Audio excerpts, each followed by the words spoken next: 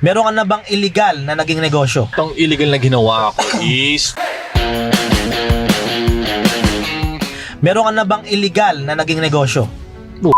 yan, grabe naman yan. May bell pa, kaso dalawa na lang, no? Dalawa pa, may dalawa pa. Muta. Sige. Meron akong illegal na ginawa. Okay. Itong illegal na ginawa ko is nagbenta ako ng cosmetic line na walang FDA approved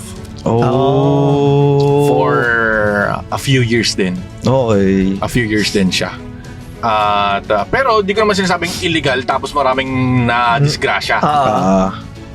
Illegal din, na illegal siya kasi cosmetic line eh. Bawal dapat yun. Bawal talaga siya correct, kung wala correct. siyang FDA. Correct. Kaya nangyari noon is na cease and desist kami noon.